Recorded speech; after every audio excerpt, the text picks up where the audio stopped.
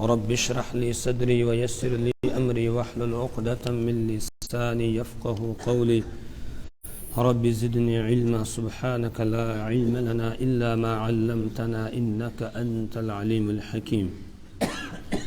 أعوذ بالله من الشيطان الرجيم.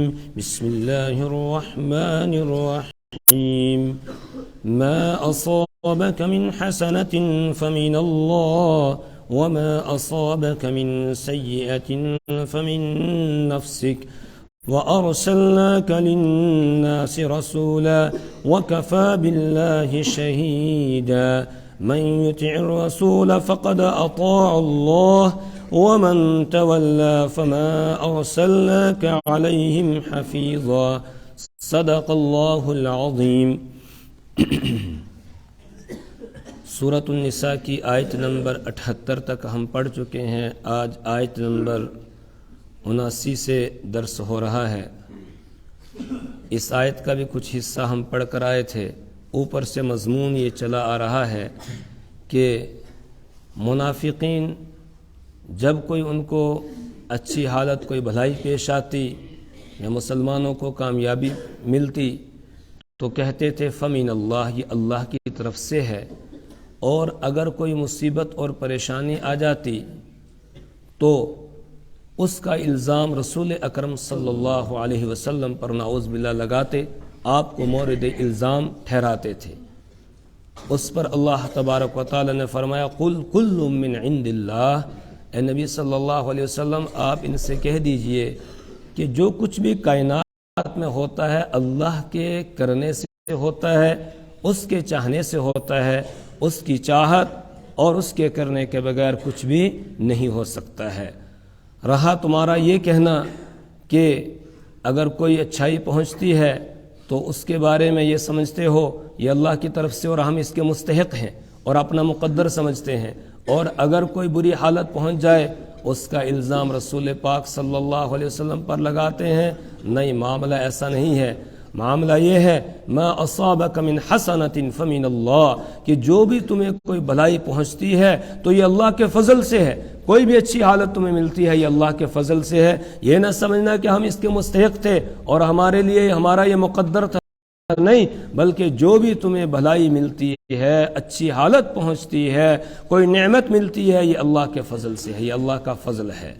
اور وما اصابک من سیئۃ فمن نفسک، اور اے انسان جو تجھے کوئی برائی پہنچتی ہے، کوئی تجھے تکلیف پہنچتی ہے، مصیبت پہنچتی ہے تو فمن نفسک، تو اس کا سبب تیرا اپنا کوئی عمل ہوتا ہے، وہ تیری ذات کی وجہ سے ہے. یعنی تیرا کوئی عمل ہوتا ہے، اس کے نتیجے میں اللہ تبارک و تعالی تجھے اس مصیبت میں پریشانی میں ڈالتے ہیں تاکہ تو اللہ کی طرف رجوع کرے، تو اس پر غور کرے کہ یہ مصیبت اور پریشانی مجھے کیوں آئی ہے، اپنے عمل کو تو درست کرے، اس لیے تجھے کسی مصیبت اور پریشانی میں مبتلا کیا جاتا ہے.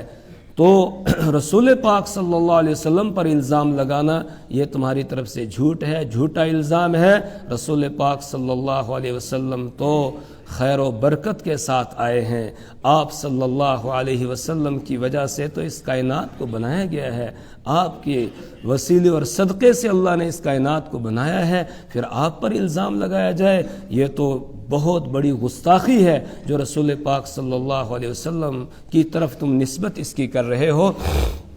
اپنے عمل پر غور کرنا چاہیے، لیکن آج معاملہ برعکس ہو گیا.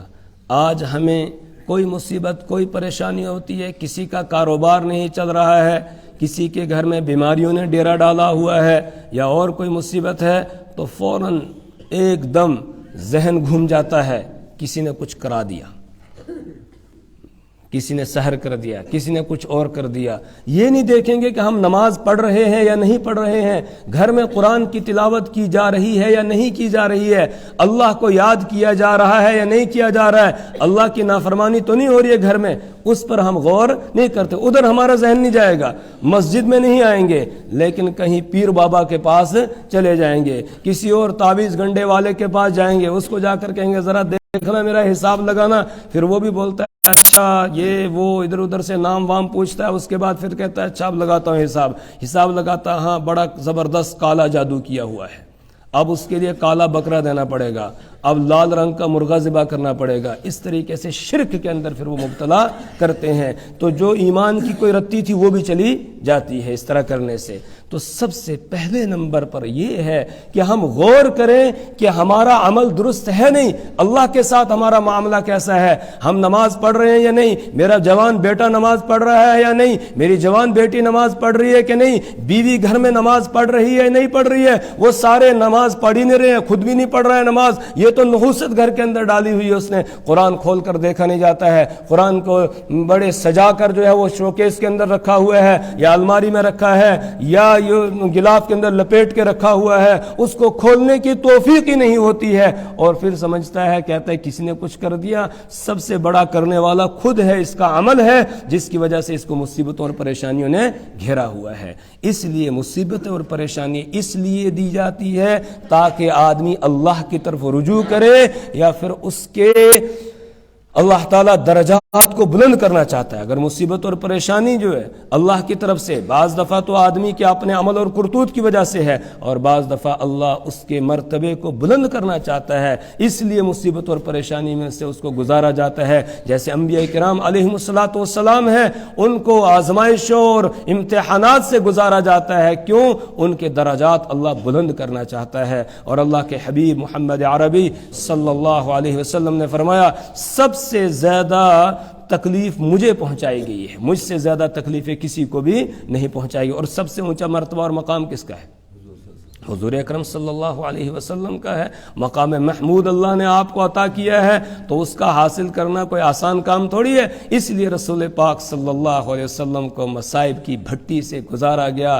آپ صلی اللہ علیہ وسلم کو امتحانات اور آزمائشوں سے گزرنا پڑا، آپ کے صحابہ کو گزرنا پڑا. اسی طریقے سے جو نیک لوگ ہوتے ہیں ان کو مصیبتوں اور پریشانیوں سے گزارا جاتا ہے. کیوں؟ اللہ ان کے درجات کو بلند کرنا چاہتے ہیں. یہ بات میں اس لیے کہہ رہا ہوں کہ کسی بیچارے کو دیکھا کہ وہ مصیبت میں ہے تو ہم یہ نہ سمجھنے لگیں یہ بڑا گناہ گار ہے. ہمارا ذہن فوراً اس طرف بھی جاتا ہے، اس نے کوئی ضرور کچھ کیا ہوگا اس نے، اس لیے اس کو خام خواہ کے لیے بدزنی اپنے ذہن میں کسی کی بٹھا لیتے ہیں. ہمیں اپنا سوچنا ہے، اپنے عیوب پر نظر ہونی چاہیے، دوسروں کے عیوب کو ہم نے دیکھنا نہیں ہے. اور اپنے آپ کو دیکھیں کہ میں کہاں کھڑا ہوں، میرے اندر کیا کیا عیب ہے، ان عیوب کو دیکھے، غور کرے اور پھر ان عیوب سے نکلنے کی کوشش کرے اور اچھے اخلاق، اچھا کردار اپنے اندر لائے انسان. تو وَمَا أَصَابَكَ مِن سَيِّئَةٍ فَمِن نَفْسِكَ، جو آپ کو اے انسان جو بھی آپ کو پہنچتی ہے، من سیئۃ، کوئی پریشانی، کوئی مصیبت، کوئی بھی برائی، فمن نفسک، تو وہ تیری اپنی ذات کی وجہ سے. اپنی ذات کا مطلب یعنی اس کا سبب تیرا کوئی اپنا عمل اور کوئی کرتوت ہوتا ہے. وَأَرْسَلْنَاكَ لِلنَّاسِ رَسُولًا، رسول پاک صلی اللہ علیہ وسلم کو تسلی بھی دی جا رہی ہے اور آپ کی نبوت کی عالمگیریت کو بیان کیا جا رہا ہے کہ پہلے جو پیغمبر آتے تھے وہ ایک کسی قوم کے لیے یا علاقے کے لیے ہوتے تھے، ان کی نبوت عام سب انسانوں کے لیے نہیں ہوتی تھی. اس لیے ہر نبی اپنی قوم کو خطاب کرتے ہوئے یہ کہتا ہے، یا قوم اعبدوا اللہ، اے میری قوم اللہ کی عبادت کرو، اللہ کی بندگی کرو.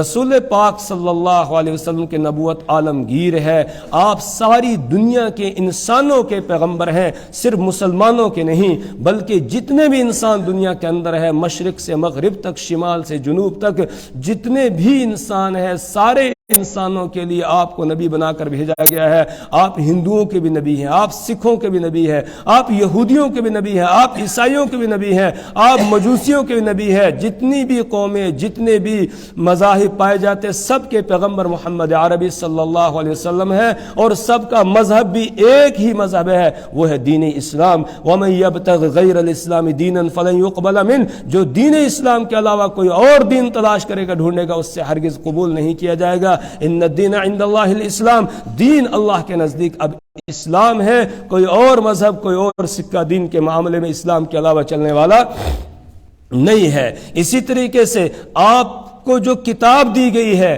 یہ کتاب بھی ساری دنیا کے انسانوں کے لیے رہنمائی کرنے والی ہدی للناس ہے، ساری دنیا کے لیے یہ ہدایت ہے۔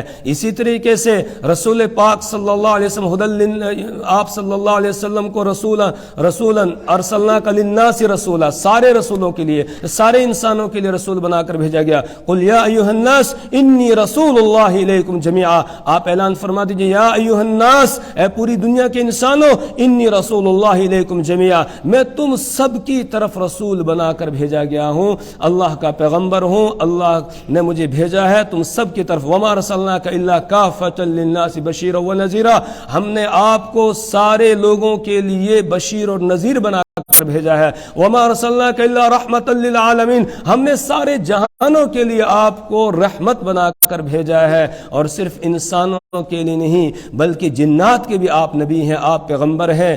جنات یہ بھی ایک اللہ کی مخلوق ہے، اور ان میں بھی جس طریقے سے انسانوں میں فرما بردار اور نافرمان ہوتے ہیں، جنات میں بھی فرما بردار نافرمان ہوتے ہیں۔ جس طریقے سے انسانوں میں مسلمان ہیں اور کافر ہیں، ان میں بھی مسلمان اور کافر ہوتے ہیں۔ جس طرح ہمارے فرقے ہیں اسی طریقے سے ان کے بھی فرقے ہوتے ہیں، اور وہ بھی ایمان لانے والے ہیں۔ رسول پاک صلی اللہ علیہ وسلم وادی نخلا میں قرآن پاک کی تلاوت کر رہے تھے، جنات کی ایک جماعت کو اللہ تعالیٰ نے آپ کی طرف پھیر دیا، وہ آئے اور آ کر انہوں نے قرآن سنا، اور جس وقت قرآن سن رہے تھے ایک دوسرے کو تاکید کر فلما حضروہ قالوا انصتوا، کہ خاموش ہو جاؤ بھائی، غور سے قرآن کو سنو۔ جب قرآن انہوں نے سن لیا، سننے کے بعد ایمان قبول کر لیا۔ اس کے بعد رسول پاک صلی اللہ علیہ وسلم کی طرف وحی کی جاتی ہے، قل اوحی الی انہ استمع نفر من الجن فقالوا انا سمعنا قرآنا عجبا یہدی الی الرشد فآمنا به ولن نشرک بربنا احدا، کہ قل اوحی، آپ کہہ دیجئے میری طرف وحی کی جاتی ہے، انہ استمع نفر من الجن، کہ جنات کی ایک جماعت نے قرآن سنا، اور قرآن سننے کے بعد انہوں نے تبصرہ کیا انا سمعنا قرآنا عجبا، ہم نے ایک عجیب قرآن سنا ہے، یہدی الی الرشد، جو ہدایت کا راستہ بتاتا ہے، فآمنا به، تو ہم اس پر ایمان لے آئے، ولن نشرک بربنا احدا، اور ہم کسی کے اللہ کے ساتھ اب کسی کو شریک نہیں ٹھہرائیں گے۔ معلوم ہوا جو قرآن سن لے گا، جو قرآن پڑھ لے گا، وہ شرک سے نکل جائے گا، وہ پھر شرک میں نہیں رہے گا۔ آج مسلمان جو شرکیہ کام کرتے ہیں وہ اس وجہ سے کہ وہ قرآن سے دور ہے، اگر قرآن پڑھ لیں گے وہ ہرگز شرک نہیں کریں گے۔ میرے استاد محترم حضرت مفتی فیض الوحید صاحب نور اللہ مرقدہ فرماتے تھے کہ اگر قرآن کا ترجمہ ہی کوئی آدمی پڑھ لے، تفسیر نہ پڑھے، خالی قرآن کا ترجمہ پڑھ لے گا تو وہ شرک اور بدعت سے نکل جائے گا، وہ شرک اور بدعات کے اندر مبتلا نہیں ہوگا، اس کو رہنمائی مل جائے گی۔ لیکن شرط یہ ہے کہ وہ خالی ذہن ہو کر قرآن کو پڑھے،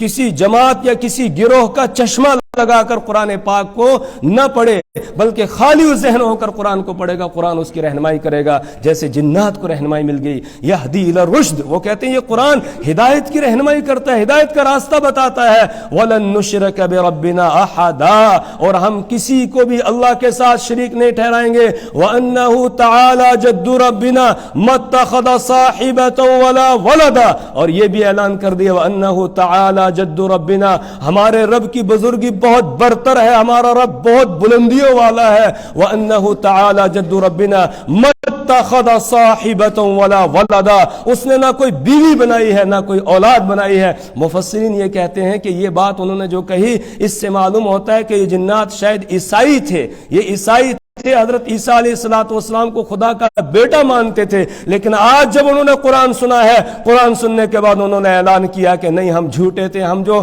کہتے تھے اللہ تعالیٰ کی بیوی بھی ہے، اللہ کی اولاد ہے، یہ جھوٹ ہے۔ ما اتخذ صاحبۃ ولا ولدا، اللہ تبارک و تعالیٰ نے نہ کوئی بیوی بنائی ہے نہ کوئی اولاد بنائی ہے، اس کی نہ کوئی بیوی نہ کوئی اولاد ہے۔ تو جنات نے بھی آ کر قرآن پاک سنا اور وہ بھی مسلمان ہو گئے، اور آگے سورہ جن کے اندر ہی ہے وہ خود اقرار کرتے ہیں وَأَنَّا مِنَّا الْمُسْلِمُونَ وَمِنَّا الْقَاسِطُونَ، ہم میں سے کچھ ایسے ہیں جو مسلمان ہو گئے اور کچھ ایسے ہیں جو ابھی گناہگار ہی ہیں۔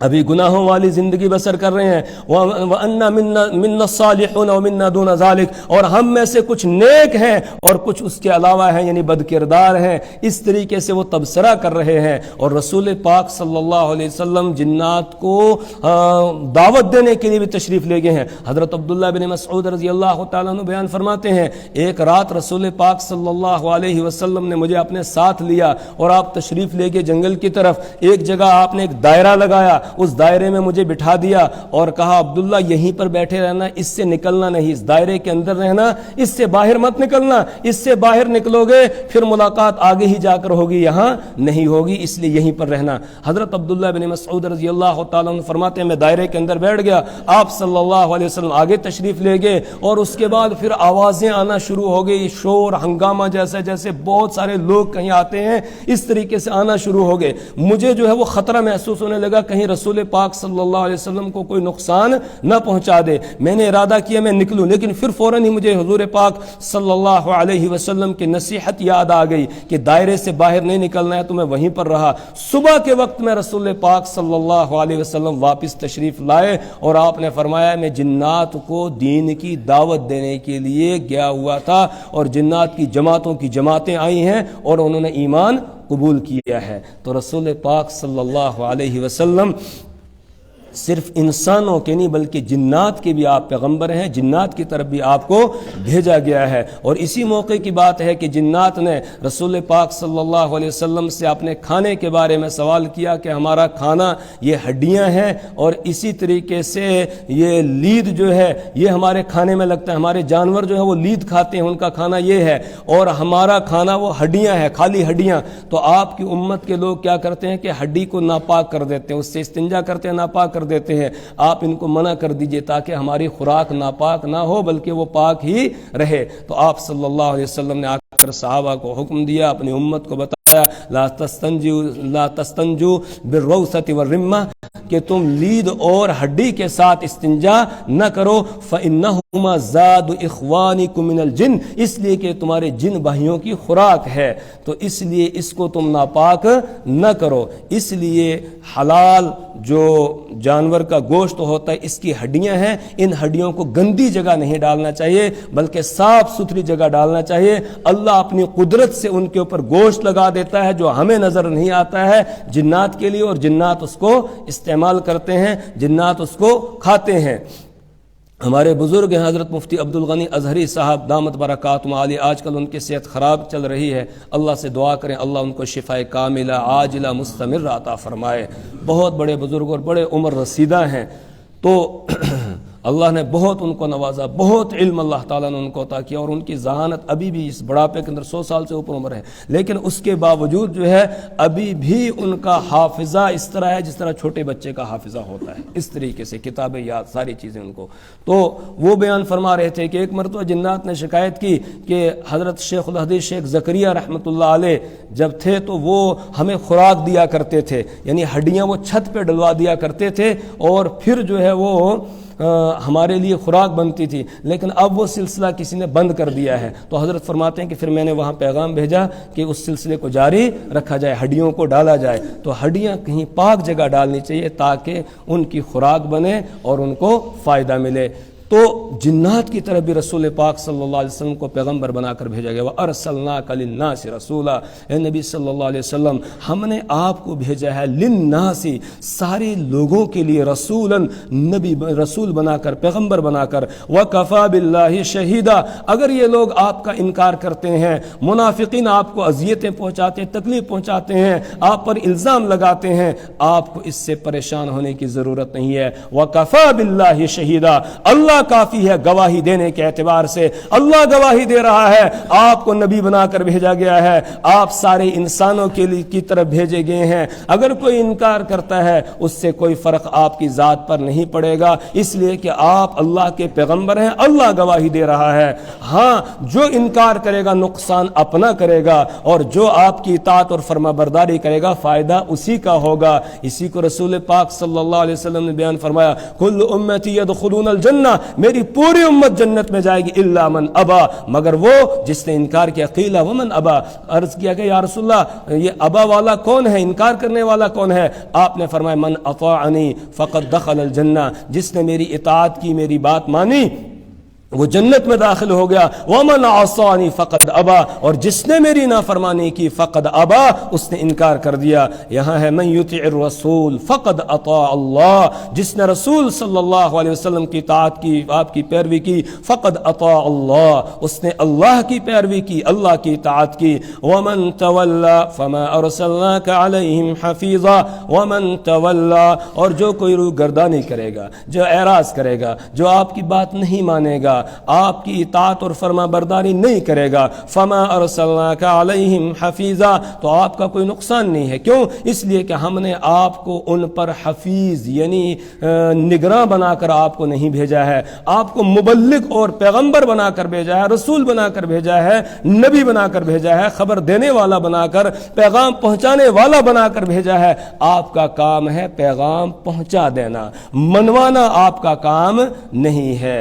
منوانا تو اس کا، وہ جس کو ہدایت دینا چاہتا ہے دیتا ہے، اور جس کو گمراہی رکھنا چاہتا ہے اس کو گمراہ رکھتا ہے، اور ہدایت اس کو دیتا ہے جو ہدایت کی طرف آنا چاہے، اور جو نہ آنا چاہے تو اس کو ہدایت بھی اس کی طرف سے نہیں ملتی ہے۔ وَمَن يُشَاقِقِ الرَّسُولَ مِن بَعْدِ مَا تَبَيَّنَ لَهُ الْهُدَى وَيَتَّبِعْ غَيْرَ سَبِيلِ الْمُؤْمِنِينَ نُوَلِّهِ مَا تَوَلَّى وَنُصْلِهِ جَهَنَّمَ۔ اللہ فرماتے جو اللہ اور اللہ کے رسول کی مخالفت کرتا ہے، وَمَن يُشَاقِقِ الرَّسُولَ مِن بَعْدِ مَا تَبَيَّنَ لَهُ الْهُدَى، ہدایت ظاہر ہو جانے کے بعد جو اللہ اور اللہ کے رسول کی مخالفت کرتا ہے، وَيَتَّبِعْ غَيْرَ سَبِيلِ الْمُؤْمِنِينَ، ایمان والوں کے راستے کو چھوڑ کر اور ہی کوئی راستہ اختیار کرتا ہے، نُوَلِّهِ مَا تَوَلَّى، اللہ فرماتے ہیں ہم اس کو پھر اسی راستے پر چلا دیتے ہیں جس پر وہ چلنا چاہتا ہے، جدھر جانا چاہتا ہے، گمراہی کی طرف جانا چاہتا ہے، ادھر ہی ہم اس کے لیے اس کو چلا دیتے ہیں، وہی اس کے لیے آسان کر دیتے ہیں، وہی اس کو اچھا لگنے لگتا ہے، پھر نُصْلِهِ جہنم، آخر انجام اس کا یہ ہوگا کہ ہم اس کو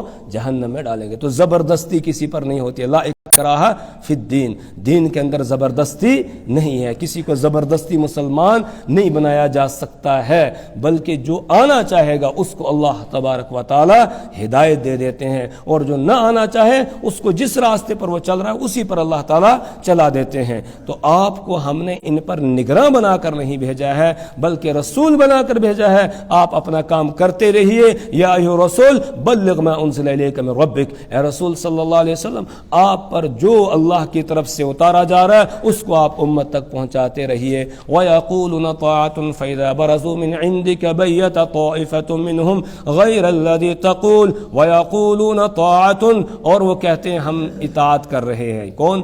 منافقین کا بیان چل رہا ہے پیچھے سے، منافقین آپ کی مجلس میں کہتے ہیں کہ ہم آپ کی اطاعت کر رہے ہیں، آپ کی بات مان رہے ہیں، سمعنا وَأَطَعْنَا، ہم نے سن لیا، ہم نے مان لیا، ہم تو پکے عاشق رسول محب رسول ہے، یعنی دعویٰ کر رہے ہیں، لیکن جہاں اطاعت کی بات آتی ہے وہاں ہر کام میں آپ کی مخالفت کرتے ہیں۔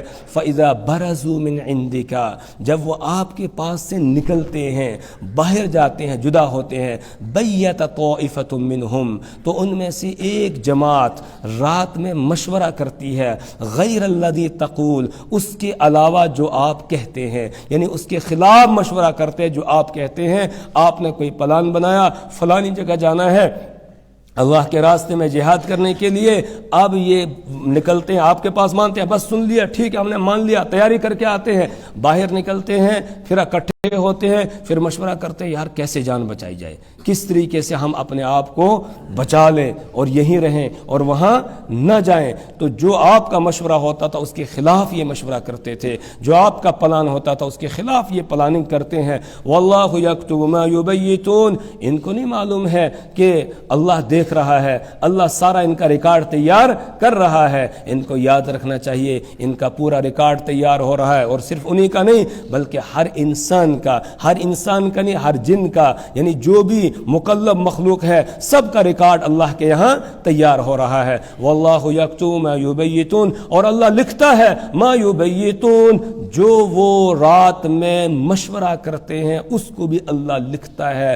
اللہ جانتا ہے۔ یہ سمجھ رہے ہیں ہمیں کوئی نہیں دیکھ رہا ہے, رسول پاک صلی اللہ علیہ وسلم کو نہیں پتہ چلے گا, لیکن اللہ کو تو پتہ ہے, اللہ تو دیکھ رہا ہے. وہ اپنے رسول کو بتائے گا, اور اس نے بتایا اپنے رسول کو کہ یہ یہاں سے نکلتے ہیں اور جا کر مشورے کرتے ہیں. واللہ یکتب ما یبیتون, اور اللہ لکھ رہا ہے. ہمارے ساتھ اللہ نے فرشتے لگائے ہوئے ہیں, وہ فرشتے ہمارا پورا ریکارڈ تیار کر رہے ہیں. اذ یتلقى المتلقیان عن الیمین وعن الشمال قعید, دو لینے والے اخذ کرنے والے اخذ کرتے ہیں, لکھنے والے لکھتے ہیں, ایک دائیں کندھے پر ہے, ایک بائیں کندھے پر بیٹھا ہوا ہے. ما یلفظ من قول الا لدیہ رقیب عتید, جو بھی بات انسان زبان سے نکالتا ہے فوراً اس کو لکھ لیا جاتا ہے. اور صرف زبان سے جو بات نکالے وہی نہیں, جو بھی عمل یہ کرتا ہے اچھا ہو یا برا وہ فوراً نوٹ کر لیا جاتا ہے, لکھ لیا جاتا ہے. دو فرشتے رات میں ڈیوٹی دیتے ہیں, دو فرشتے دن میں ڈیوٹی دیتے ہیں, اور ہر محلے میں جب مسجد میں نماز فجر ہوتی ہے